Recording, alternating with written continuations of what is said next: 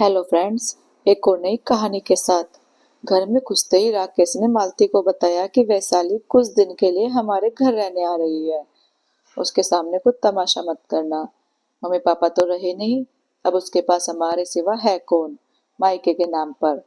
मैंने उसे बताया था कि तुम्हारी पथरी का ऑपरेशन होना है। डॉक्टर ने बोला है जितनी जल्दी हो सके उतनी जल्दी करा लो।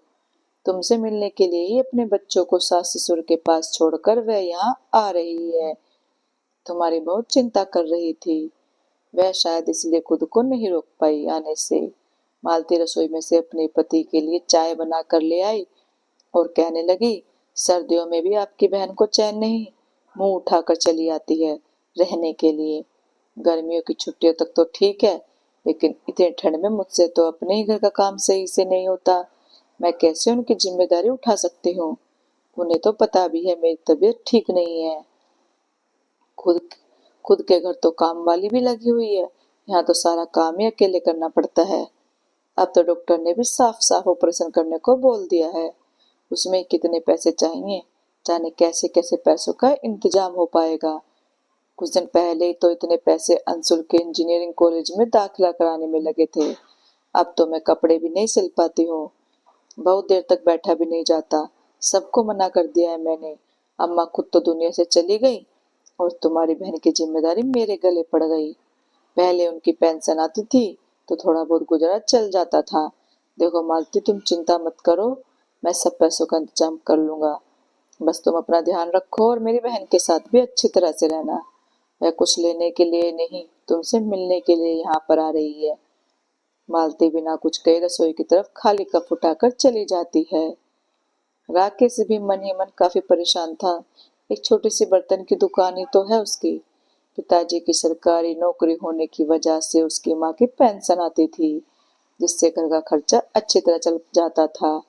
लेकिन उनके मरने के बाद घर की आर्थिक स्थिति थोड़ी सी डावाडोल हो गई थी, क्योंकि उसने अपने बेटे का भी प्राइवेट इंजीनियरिंग कॉलेज में एडमिशन करा दिया।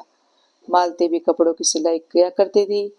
अगले दिन वैशाली आ जाती है और अपने भाई भाभी के गले लगकर मिलती है। थोड़ी देर उसके पास बैठने के बाद मालती चाय नाश्ता लेकर आ जाती है। चाय पीने के बाद वैशाली अपने बैग से कुछ खाने पीने का सामान निकाल कर मेज पर रख देती है और फिर अपने पर्स में से 60,000 रुपए अपने भाई के हाथ पर थमाती हुई कहती है, भैया आप डॉक्टर से जल्दी भाभी के ऑपरेशन की डेट ले लीजिए। घर की परेशानियां मुझसे छुपी हुई नहीं है। मम्मी और दिनेश जी ने ही मुझे यहाँ पर पैसे देकर भेजा है और ये भी कहा है कि तुम अपने मायके में जब तक तुम्हारी भाभी बिल्कुल ठीक नहीं हो जाती तब तक रह सकती हो।